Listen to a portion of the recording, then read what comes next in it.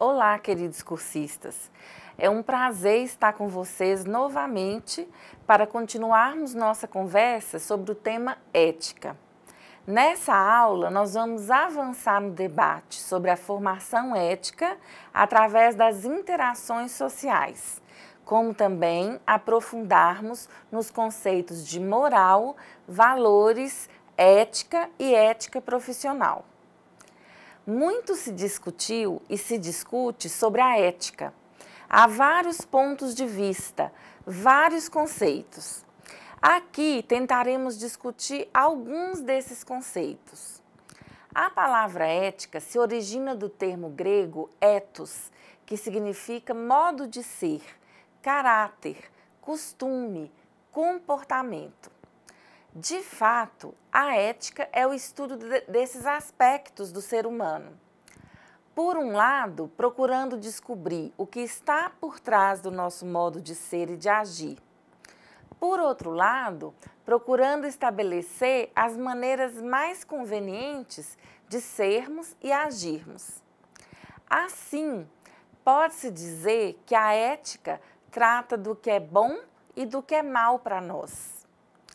Bom e mal, ou melhor, bem e mal, entretanto, são valores que não apresentam para o ser humano um caráter absoluto. Ao longo dos tempos, nas mais diversas civilizações, várias interpretações serão dadas a essas duas noções. A ética acompanha esse desenvolvimento histórico, para que isso sirva de base para uma reflexão sobre como ser ético no tempo presente. Considera também como esses valores se aplicam no relacionamento interpessoal, pois a noção de um modo correto de se comportar e posicionar na vida pressupõe que isso seja feito para que cada um conviva em harmonia com os outros. A ética, portanto, trata de convivência entre seres humanos na sociedade, num sentido mais restrito. Ela se restringe às relações pessoais de cada um. Num sentido mais amplo, já que ninguém vive numa pequena comunidade isolada, ela se relaciona com a política da cidade, do país, do mundo. Mas qual o significado da palavra ética? O filósofo contemporâneo espanhol Fernando Savater apresenta uma resposta para essa questão em termos muito simples. Num livro intitulado Ética para Meu Filho, da editora Martins Fontes, como diz o título, ele escreveu com o intuito de explicar a questão para o seu filho adolescente. Vejamos um breve trecho da resposta de Savater para a questão o que é ética. Savater disse: há ciências que estudamos por simples interesse de saber coisas novas, outras para adquirir uma habilidade que nos permita fazer ou utilizar alguma coisa. A maioria para conseguir um trabalho e ganhar a vida com ele. Se não sentirmos curiosidade nem necessidade de realizar esses estudos, poderemos prescindir deles tranquilamente. Há uma infinidade de conhecimentos muito interessantes, mas sem os quais podemos nos arranjar muito bem para viver. Eu, por exemplo, diz Savater, lamento muito não ter nem ideia de astrofísica ou de marcenaria, que dão tanta satisfação a outras pessoas. Embora essa ignorância nunca me tenha impedido de ir sobrevivendo até hoje, e você, se não me engano, conhece as regras do futebol, mas é bem fraco em beisebol. Não tem maior importância. Você desfruta os campeonatos mundiais, dispensa olimpicamente a Liga Americana e todo mundo sai satisfeito. O que eu quero dizer é que certas coisas a pessoa pode aprender ou não, conforme sua vontade. Como ninguém é capaz de saber tudo, o remédio é escolher e aceitar com humildade o muito que ignoramos.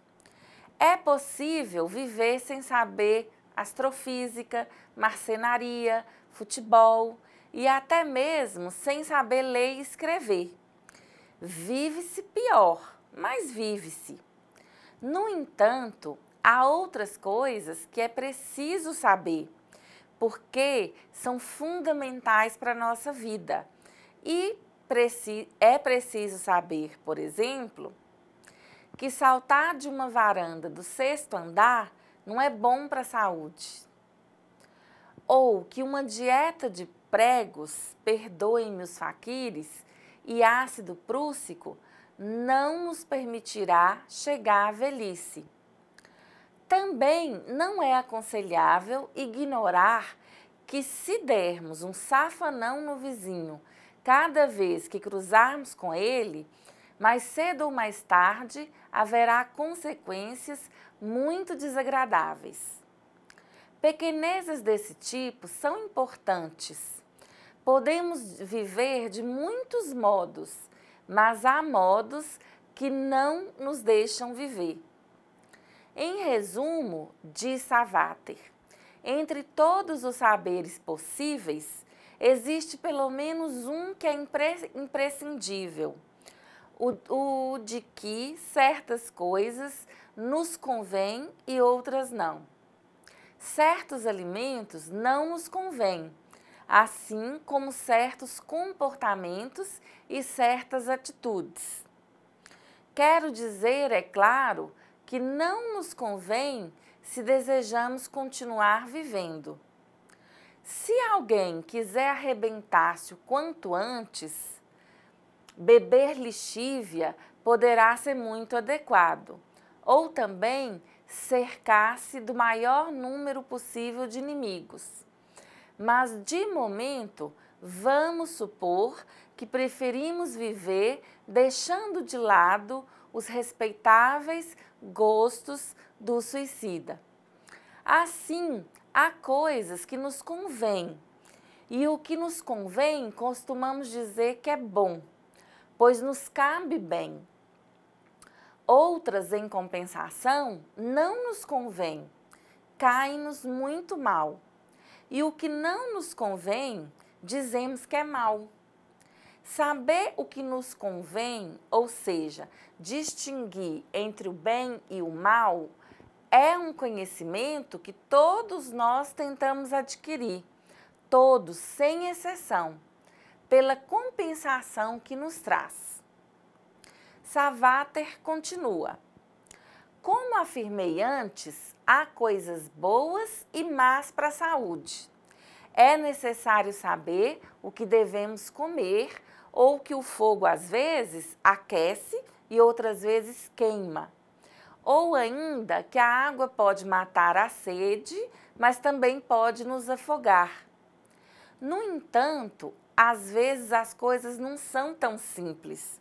Certas drogas, por exemplo, aumentam nossa energia ou produzem sensações agradáveis, mas seu abuso pode ser nocivo. Em alguns aspectos são boas, mas em outros são más. Elas nos convêm e ao mesmo tempo não nos convêm. No terreno das relações humanas, essas ambiguidades ocorrem com maior frequência ainda. A mentira é, em geral, algo mau, porque destrói a confiança na palavra. E todos nós precisamos falar para viver em sociedade. E provoca inimizade entre as pessoas. Mas, às vezes, pode parecer útil ou benéfico mentir para obter alguma vantagem ou até para fazer um favor para alguém, por exemplo. Vamos neste exemplo. É melhor dizer ao doente de câncer incurável a verdade sobre seu estado ou deve-se enganá-lo para que ele viva suas últimas horas sem angústia? A mentira não nos convém, é má, mas às vezes parece acabar sendo boa. Procurar briga com os outros, em geral, é inconveniente, mas devemos consentir que violentem uma garota diante de nós sem interferir, sob o pretexto de não nos metermos em confusão? Por outro lado, quem sempre diz a verdade, doa a quem doer, costuma colher a antipatia de todo mundo. E quem interfere ao estilo Indiana Jones para salvar a garota agredida tem maior probabilidade de arrebentar a cabeça do que quem segue para casa assobiando. O que é mal, às vezes parece ser mais ou menos bom. E o que é bom, em certas ocasiões, tem aparência de mal. É uma confusão. Resumindo, ao contrário de outros seres, animados ou inanimados, nós, seres humanos, podemos inventar e escolher, em parte, nossa forma de vida. Podemos optar pelo que nos parece bom, ou seja, conveniente para nós, em oposição ao que nos parece mal e inconveniente. Como podemos inventar e escolher, podemos também nos enganar, o que não acontece, por exemplo, com as abelhas, com as formigas. De modo que parece prudente atentarmos bem para o que fazemos, procurando adquirir um certo saber viver que nos permita acertar. Esse saber viver, ou arte de viver, se você preferir, é o que se chama ética. A ética não serve de base somente para as relações humanas mais próximas. Ela também trata das relações sociais dos homens. Na medida em que alguns filósofos consideram a ética como a base do direito ou da justiça, ou seja, das leis que regulam a convivência entre todos os homens de uma sociedade.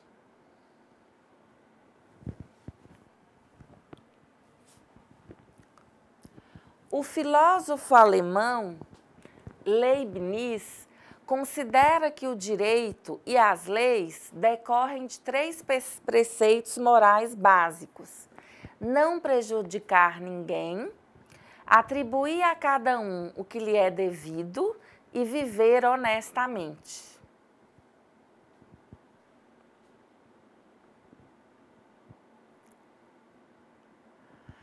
Numa breve descrição de moral, podemos dizer que se trata do conjunto de valores, de normas e de noções do que é certo ou errado, proibido e permitido dentro de uma determinada sociedade, de uma cultura. Como sabemos, as práticas positivas de um código moral são importantes para que possamos viver em sociedade. Fato que fortalece cada vez mais a coesão dos laços que garantem a solidariedade social. Do contrário, teríamos uma situação de caos, de luta de todos contra todos, para o atendimento de nossas vontades. Assim, moral tem a ver com os valores que regem a ação humana enquanto inserida na convivência social, tendo assim um caráter normativo. A moral diz respeito a uma consciência coletiva e a valores que são construídos por convenções, as quais são formuladas por uma consciência social, o que equivale dizer que são regras sancionadas pela sociedade, pelo grupo. Segundo Émile Durkheim, um dos pensadores responsáveis pela origem da sociologia no final do século XIX, A consciência social é fruto da coletividade, da soma e inter-relação das várias consciências individuais. Dessa forma, as mais diferentes expressões culturais possuem diferentes sistemas morais para a organização da vida em sociedade. Prova disso está nas diferenças existentes entre os aspectos da cultura ocidental e oriental. Em linhas gerais, basta avaliarmos o papel social assumido pelas mulheres quando comparamos brasileiras e afegãs, assim como aquele assumido pelos anciãos nas mais diferentes sociedades. O gosto ou desinteresse pela política. Devemos sempre ter em mente que a moral, por ser fruto da consciência coletiva de uma determinada sociedade e cultura, pode variar de dinâmica através dos tempos. Ao partirmos, então, da ideia de que a moral é construída culturalmente, algumas visões de mundo ganham status de verdade entre os grupos sociais e, por isso, muitas vezes, são naturalizadas. Essa naturalização de uma visão cultural é o que dificulta conseguirmos distinguir entre juízo de fato, que seria uma análise imparcial, e um juízo de valor, que é fruto da subjetividade, o que pode ser uma armadilha que nos leva ao desenvolvimento de preconceitos em relação a que nos é estranho e diferente. Considerar o outro ou o próximo é um aspecto fundamental da moralidade. Dessa forma, uma preocupação constante no debate sobre ética e moral se dá no sentido de evitar a violência em todas as suas possíveis expressões, seja ela física ou psíquica, bem como o caos social. Os valores éticos ou morais se oferecem, portanto, como expressão e garantia de nossa condição de seres humanos ou de sujeitos racionais e agentes livres, proibindo moralmente a violência e favorecendo a coesão social, isto é, a ligação entre as pessoas em sociedade. Porém, considerando-se que o código moral é constituído pela cultura, a violência não é vista da mesma forma por todas as culturas. Numa cultura, ao definir o que é mal ou violento, automaticamente define-se o que é bom. Logo, a noção de violação, profanação ou discriminação variam de uma cultura para outra. Porém, em todas tem a noção do que é a violência. Assim, tanto os valores como a ideia de virtude são fundamentais à vida ética e, dessa forma, evitam a violência, o ato imoral ou antiético. Ser virtuoso, em linhas gerais, significa desejar e saber colocar em prática ações éticas, isso é, moralmente louváveis. A noção de bem e mal, ou bom e mal, é fundamental para que calculemos uma forma de fugir do sofrimento, da dor, alcançando a felicidade de forma virtuosa. Contudo, é importante lembrar que fins éticos requerem meios éticos, o que nos faz deduzir que a famosa expressão "os fins justificam os meios" não é válido quando se busca ser virtuoso. Se em nosso código moral consideramos o roubo como algo imoral, Roubar seria, sim, um meio injustificável para se alcançar qualquer coisa, ainda que isso fosse feito em nome de algum valor moral. A simples existência da moral não significa a presença explícita de uma ética, entendida como filosofia moral, isto é, uma reflexão que discuta, problematize e interprete o significado dos valores morais. Ao contrário disso, as sociedades tendem a naturalizar seus valores morais ao longo das gerações, isto é, ocorre uma aceitação generalizada. Vamos agora discutir sobre o pensamento da psicóloga Agnes Heller.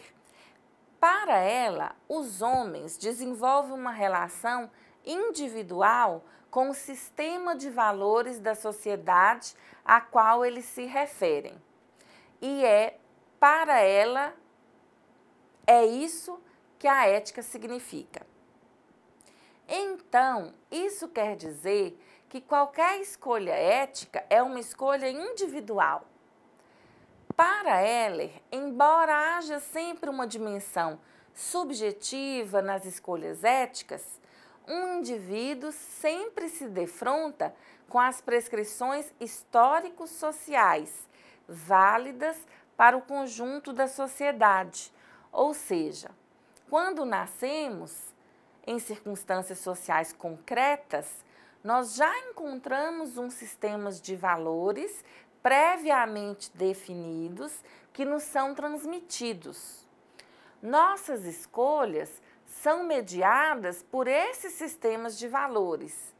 Por isso dizemos que se trata de uma escolha individual. Quer dizer, é possível um sujeito nascido em determinadas condições histórico-sociais.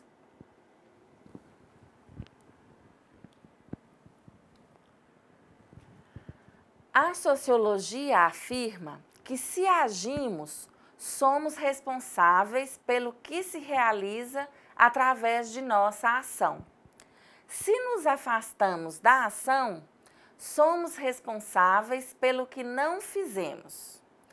Então, mesmo quando optamos por não fazer algo em alguma circunstância, estamos fazendo uma escolha pela qual somos responsáveis.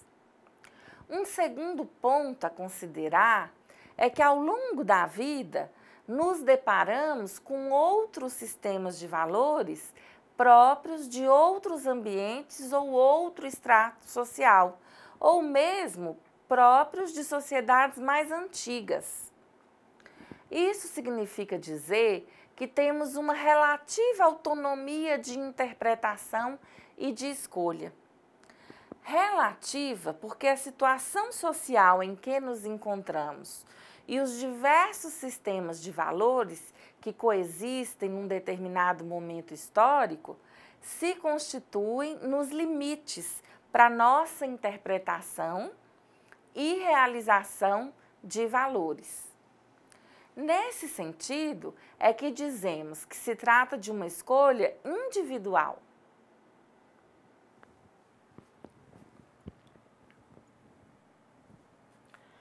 Há na obra de Heller uma dupla preocupação, com a intenção e com a consequência. Ter uma intenção pautada em determinados valores é importante, mas não é suficiente.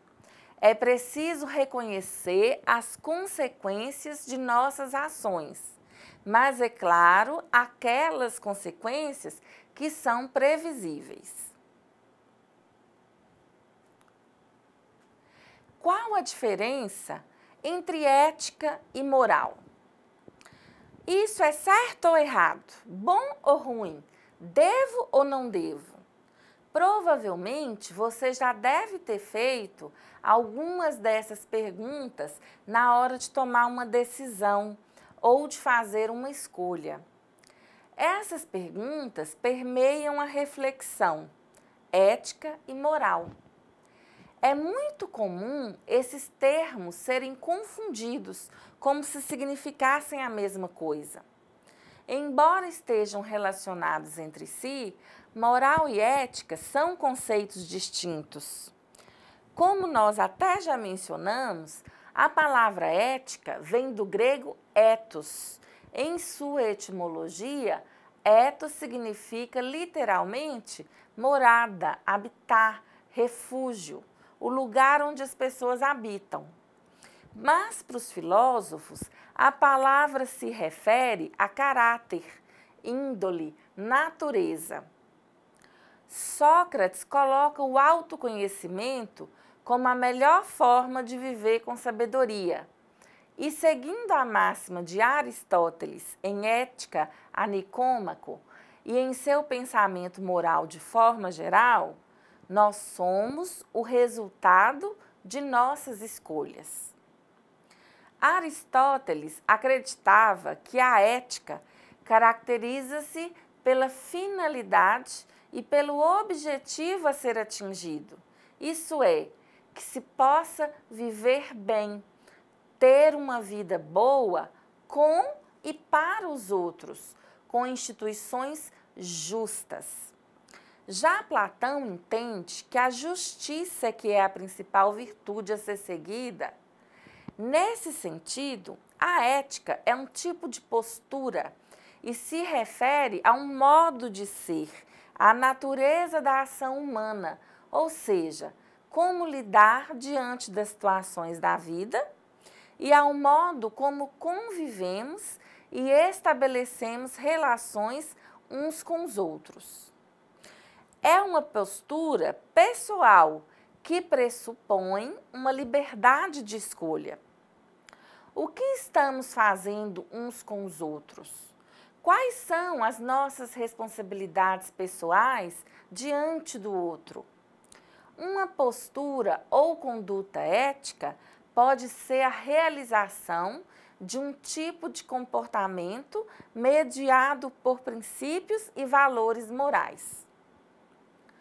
A palavra moral deriva do latim mores, que significa costume, aquilo que se consolidou ou se cristalizou como sendo verdadeiro do ponto de vista da ação.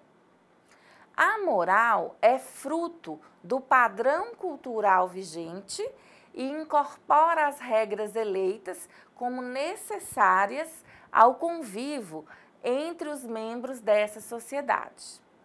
Essas regras são determinadas pela própria sociedade. Na época medieval, por exemplo, a moral era muito atrelada a crenças religiosas. A sociedade buscava na religião um meio para orientar o homem a agir de acordo com valores éticos. Após a Idade Moderna, o Estado passou a estimular regras e valores éticos por meio de leis e o reconhecimento dos deveres de um sujeito em responder pelas consequências de seus atos. O que seria um comportamento moral ou imoral? Assim como a reflexão ética, uma conduta moral também é uma escolha a ser feita. As normas ou os códigos morais são cumpridos a partir da convicção íntima da pessoa que se comporta. Uma pessoa moral age de acordo com os costumes e valores de uma determinada sociedade, ou seja, quem segue as regras é uma pessoa moral. Quem as desobedece seria uma pessoa imoral. Uma pessoa moral ou imoral não é necessariamente aquela que segue as leis ou regras jurídicas. Comportamentos como furar a fila no banco, jogar lixo no chão, colar na prova, falar mal dos colegas ou não dar espaço para os mais velhos no ônibus não são considerados ilegais, mas podem ser considerados atos imorais. A ética, por sua vez, é a parte da filosofia que estuda a moral, isto é, que reflete e questiona sobre as regras morais. A reflexão ética pode, inclusive, contestar as regras morais vigentes, entendendo-as, por exemplo, como ultrapassadas ou simplesmente erradas do ponto de vista pessoal. Os filósofos antigos, os gregos e romanos, consideravam a vida ética transcorrendo como um embate contínuo entre nossos apetites e desejos, que são as paixões, e nossa razão. Eles estabeleceram 3 aspectos principais para a ética. Primeiro aspecto, o racionalismo, ou seja, a vida virtuosa é agir em conformidade com a razão, que conhece o bem, conhece o mal, deseja o bem e guia nossa vontade até o bem. O segundo aspecto seria o naturalismo, onde a vida virtuosa é agir em conformidade com a natureza, o cosmos, ethos, que é uma arte do todo natural. E o terceiro seria a inseparabilidade entre ética e política, ou seja, entre a conduta do indivíduo e os valores da sociedade. Um exemplo: como lidar com uma pessoa que roubou um remédio para salvar a vida de alguém? Seu comportamento seria imoral? Ela quebrou a regra de uma sociedade. Mas será que seria justificado eticamente? A moral é constituída pelos valores previamente estabelecidos e comportamentos socialmente aceitos e passíveis de serem questionados pela ética. Em busca de uma condição mais justa, é possível uma ação moral ou imoral sem qualquer reflexão ética, assim como é possível uma reflexão ética acompanhada de uma ação imoral ou amoral.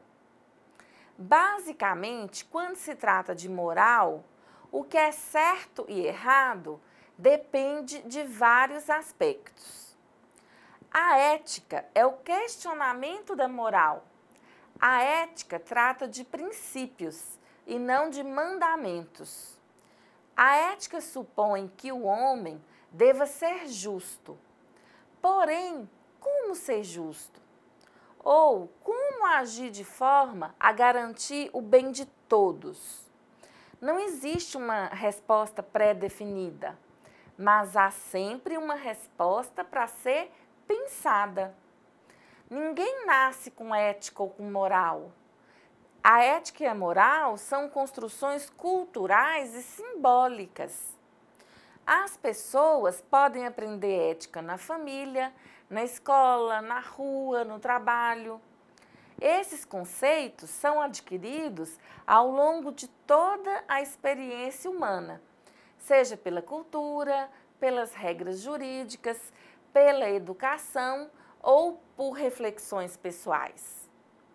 Quando uma instituição diz que possui um código de ética, na verdade, o que está presente no texto são códigos ou regras de moral que buscam criar uma cultura ética. A moral é convenção, a ética é reflexão. O aprendizado da ética seria o aprendizado da convivência. Aprender a conviver juntos é um dos maiores desafios do século XXI. A ética pode ser uma bússola para orientar o pensamento e responder a seguinte pergunta: qual sociedade nós estamos ajudando a formar com a nossa ação? Quero agora colocar Outra pergunta para vocês. Será que a virtude pode ser ensinada? A sensação de que vivemos uma grave crise ética parece generalizada. E nossas experiências cotidianas, como ler um jornal, trânsito nas grandes cidades, violência banal, comportamento de alguns alunos em sala de aula, são alguns dos exemplos recorrentes a confirmar nosso mal-estar com essa dimensão de nossa existência social. Para uns, é necessário fazer um resgate de valores, como se fosse possível voltar o relógio do tempo e restaurar uma suposta ordem perdida. Para outros, trata-se de construir uma nova sociedade a partir de certos princípios e normas estabelecidos, como se uma ordem política pudesse ser fabricada, a exemplo de um artefato qualquer. Mas em ambos os casos, deposita-se na educação a esperança de uma transformação significativa. Embora tendamos a acreditar que essa crise ética, ou pelo menos sua forma mais aguda, é uma marca de nosso tempo, se fizermos um passeio pela literatura ou pela filosofia antiga, nós vamos ver que a preocupação com a formação ética dos jovens remonta pelo menos ao início da tradição do pensamento ocidental. Ela está presente em poemas épicos de Homero, em tragédias e comédias de Sófocles ou de Aristófanes e, sobretudo, é objeto constante de reflexão e debate em obras da filosofia clássica. Nos diálogos de Platão, nos deparamos com a pergunta recorrente e radical de Sócrates: a virtude, a excelência ética, o caráter digno de louvor, poderia ser ensinada? Esse aparente ceticismo, que não pergunta como ensinar, mas se é possível ensinar algo como uma conduta ou discernimento ético, soa pelo menos paradoxal. Por ocasião do julgamento que o levará à morte, Sócrates afirma em sua defesa que nunca fez outra coisa senão andar por aí persuadindo velhos e moços a cuidar menos do corpo e das riquezas do que da alma e da virtude. Como se pode, então, duvidar da importância de um mestre na formação ética se toda sua vida e até sua morte teve como princípio levar seus companheiros ao exame do sentido de termos como justiça, virtude e piedade? Não seria Sócrates o exemplo de que a virtude ética pode ser ensinada e deve ser ensinada?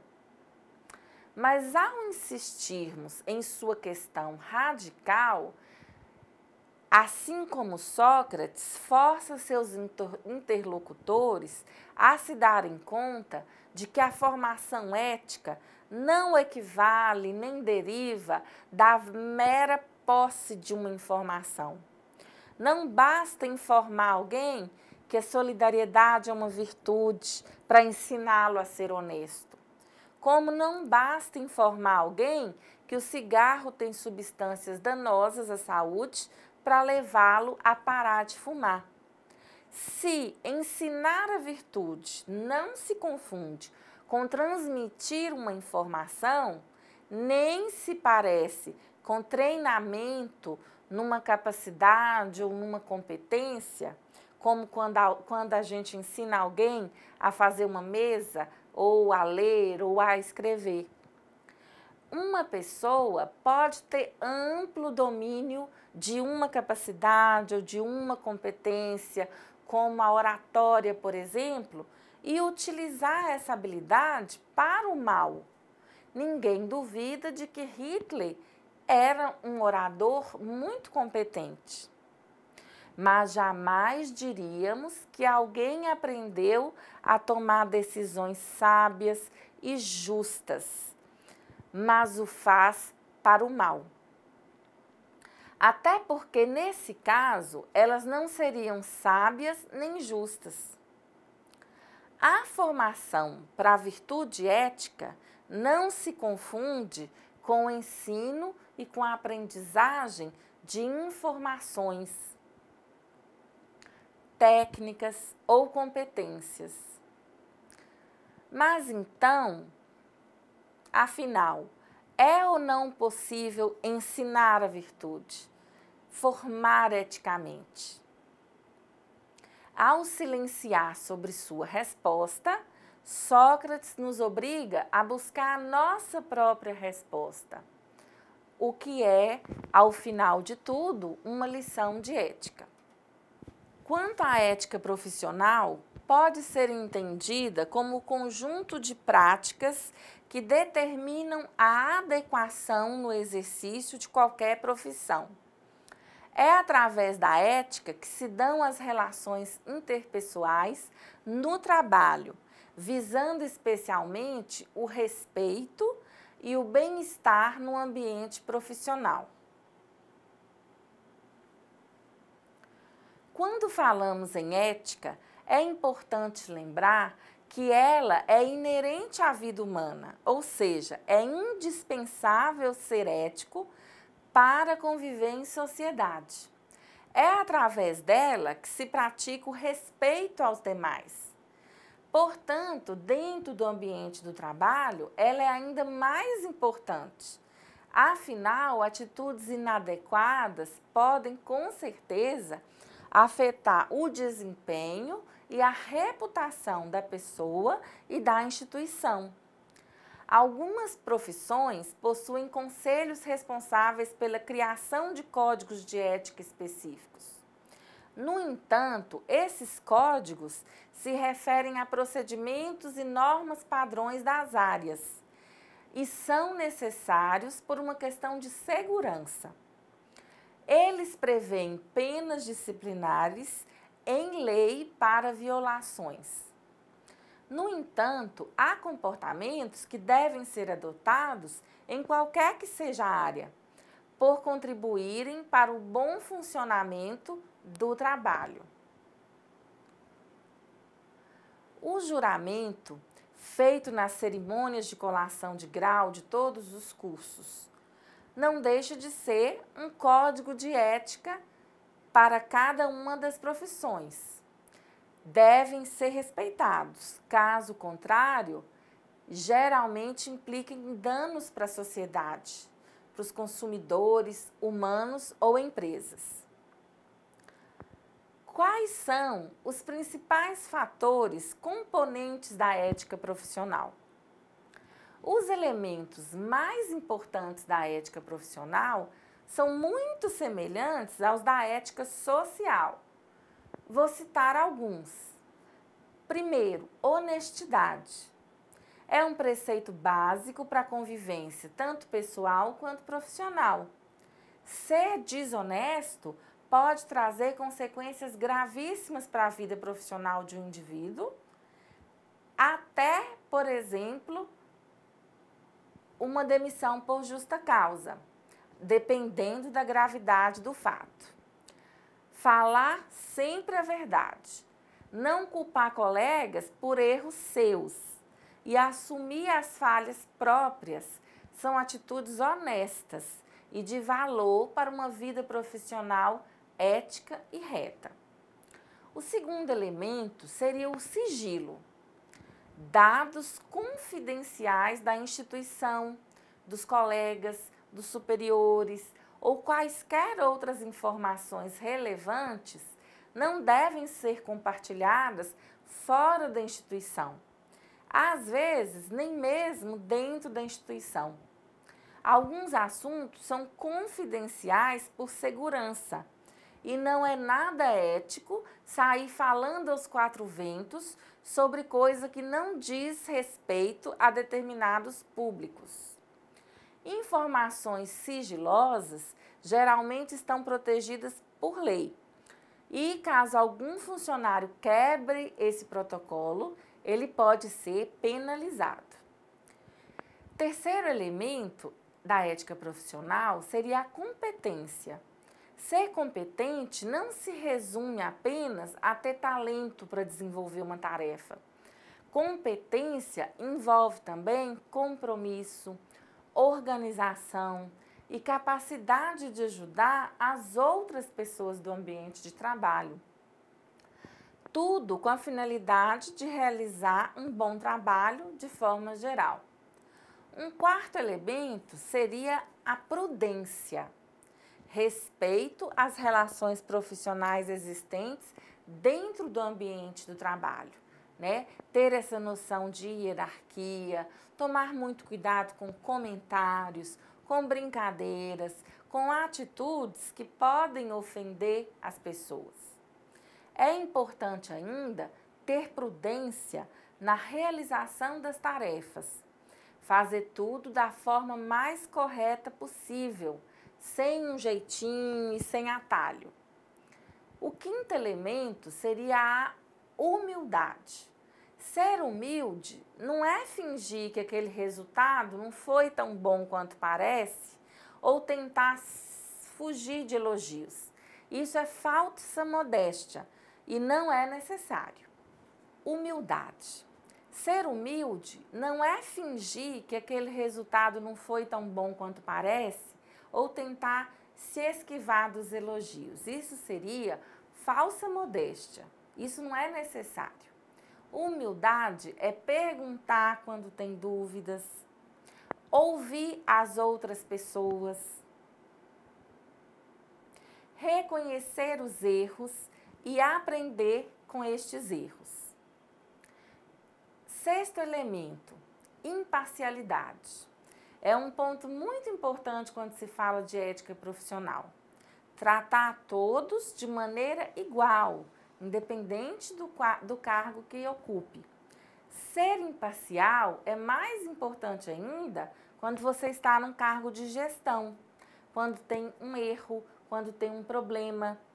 É preciso que não haja qualquer tipo de protecionismo. É comum as relações profissionais extrapolarem com os limites do escritório e nascerem amizades, mas é muito importante saber separar a relação pessoal da profissional. Nós terminamos essa videoaula por aqui. Agradeço a vocês e até breve.